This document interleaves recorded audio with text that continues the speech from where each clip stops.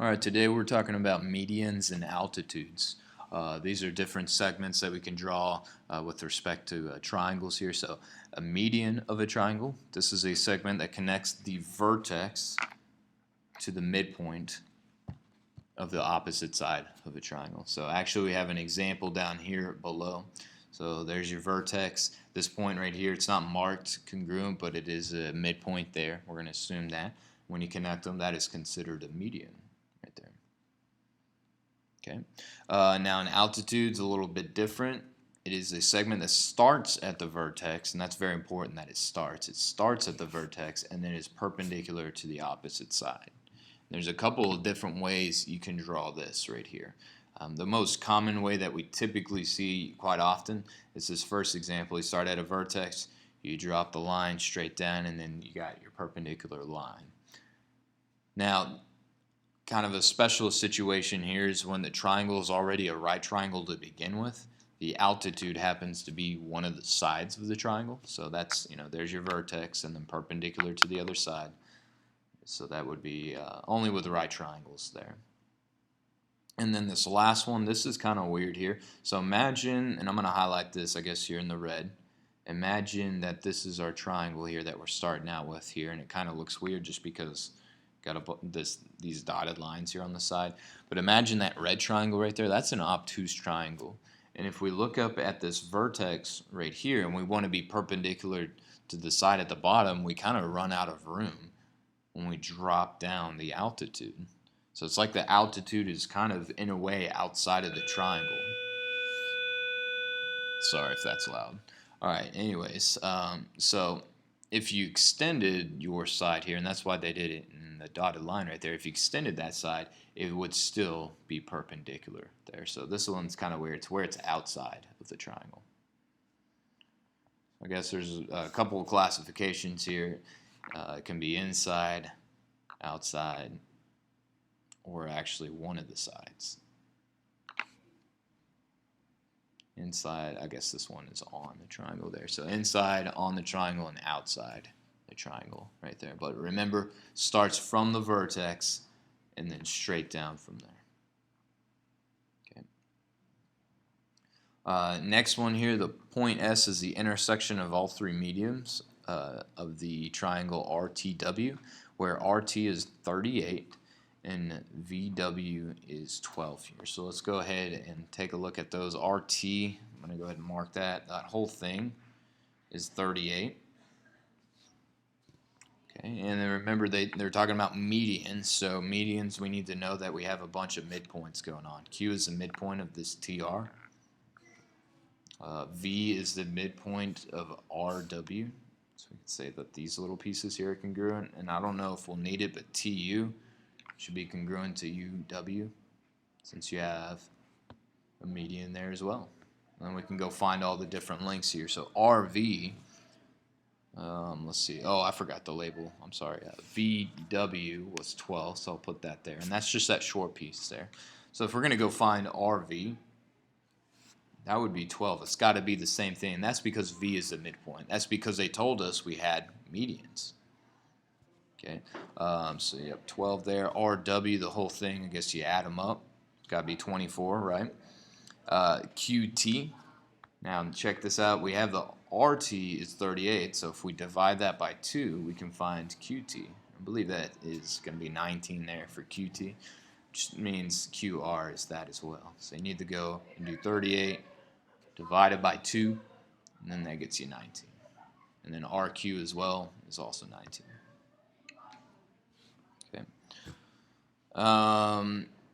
Listed below are the special segments related to equilateral triangles. Tips that identify special segments. And actually, these aren't necessarily tied always to equilateral triangles. They could be with equilateral triangles. They can also just be with regular triangles. So I'm going to go ahead and scratch that out there. So we have perpendicular bisectors. We have angle bisectors. We've been talking about those. I think we did a little bit of that yesterday. We also did the median and the altitude, and that's what we talked about today. And the mid-segment, that was also yesterday's lesson. Mid-segment, that was when you connected two midpoints. So anyways, we'll talk about what these look like here. So perpendicular bisector bisects a segment. and then it's perpendicular at that spot. And I'm just going to do the upside down T there for perpendicular. Okay, angle bisector obviously bisects, an angle. You could say cuts into two, and then here's the key thing, congruent angles.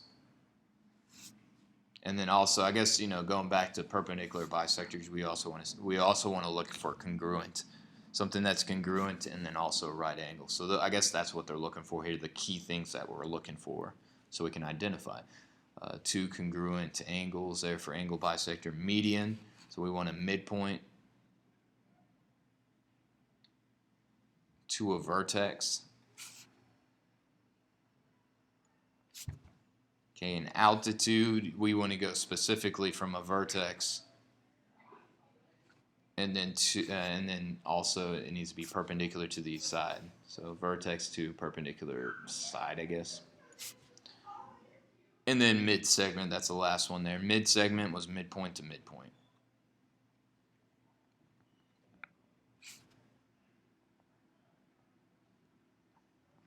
I guess it doesn't matter which midpoint you think of first, kind of goes in both directions there.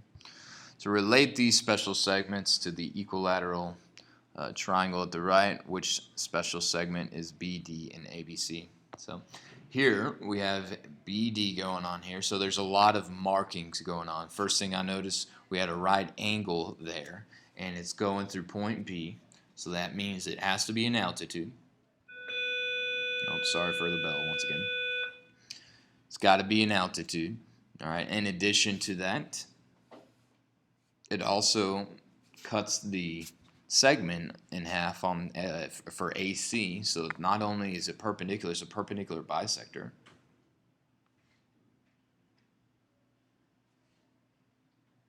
Okay.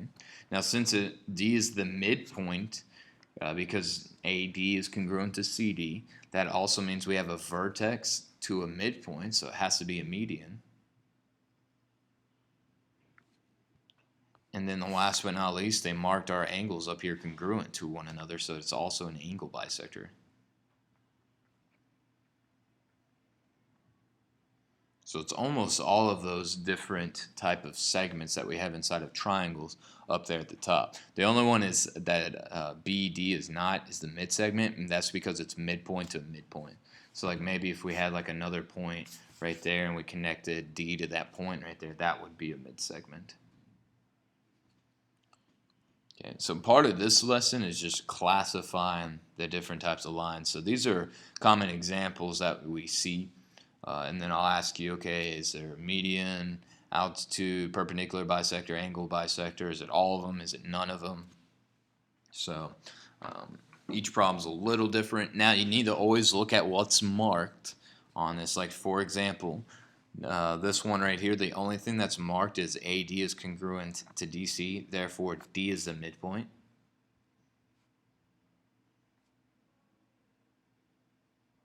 Right, and then since D is the midpoint and you're connecting the midpoint to that vertex up there, B, this has to be a median. But they don't say anything about the angles. They don't have any perpendicular lines drawn, so I think this one here is just going to be a median there. Now the second one here in the top is very similar to the one that we did previous. We have D as a midpoint again. We have a perpendicular line. We have that going through the vertex, and you have these angles marked congruent. So you have a lot of things going on. First of all, we had a median. Okay, very similar to the last one there. And then it's also perpendicular. So we have a perpendicular bisector. And then if that perpendicular bisector goes through the vertex, then it's also an altitude by definition. And then we'll see an example here in a second where altitudes aren't perpendicular bisectors. And then also we have an angle bisector. So actually it's all of them. So I guess if you want to erase all that, you could just say for this one it's all of them. Okay. Now this next one here, the only thing they marked is that they had the perpendicular angle. But it does go through the vertex. So we're going to call this an altitude. since they did not mark AD congruent to DC there, we're not 100% sure if it's actually a perpendicular bisector. The bisector part means it cuts in half. And since it's not marked, we're not for sure, but we're for sure that it is an altitude. So that is all that one is right there. All right, a couple more examples here. Let's see for this one here. We got B connected, from the vertex to D over here. Now here's the deal, they don't say anything about the angles. We don't have any right angles. They don't tell us D is a midpoint of anything. So actually this one, there is no name for that segment BD. It's just a segment. That's all we can classify that as. So none for that one. All right, a couple more here. We have BD right there. Notice D is the midpoint. So we know we got a median for sure. It's not a perpendicular bisector because it's not a right angle there. But the angles are marked congruent, so it's got to be an angle bisector as well. So median and then a perpendicular bisector. Okay, last one's kind of a trick one. Some of you guys are going to want to write maybe perpendicular bisector or altitude. Since there's no right angle mark there, we cannot assume that it's a perpendicular bisector or an altitude. And then it doesn't say anything about D being a midpoint. It doesn't say anything about our angles. So this one is also none. So those are a little bit of the trickier ones. Don't assume anything about the picture drawn. Okay. Now these next two pages here are talking about constructions. 7, construct a line perpendicular to AB through point D, and I can't really construct on the iPad here, so you'll have to go find another resource for that, but just to give you a couple sketches here, we did take our compass and then we made like an arc kind of like this, and what we're essentially doing is trying to set ourselves a segment that we're going to bisect. And I didn't do a great job at getting that. Let me see if I can do it slightly better here. So something that kind of looks like that right there. And then from there you take these two intersection points and then you get your compass, same distance, take that point and then connect it to D, and theoretically it should be a perpendicular or a right angle right there. And then if you're going to do an altitude, you literally do the same steps you just did. Imagine the segment BC is not there, and imagine the segment AB is not there. And then it's the same exact steps as number 7. You do the little arc thing on both sides as best you can. You can continue it all the way if you want. And then you got those intersection points, and then do 2 arcs down at the bottom. Make sure they're the same distance, and then from B to that point right there should be an altitude right there. And technically altitudes are lines, so they keep going up and down forever. So you can draw arrowheads. That's kind of quickly how to do those proofs or the constructions.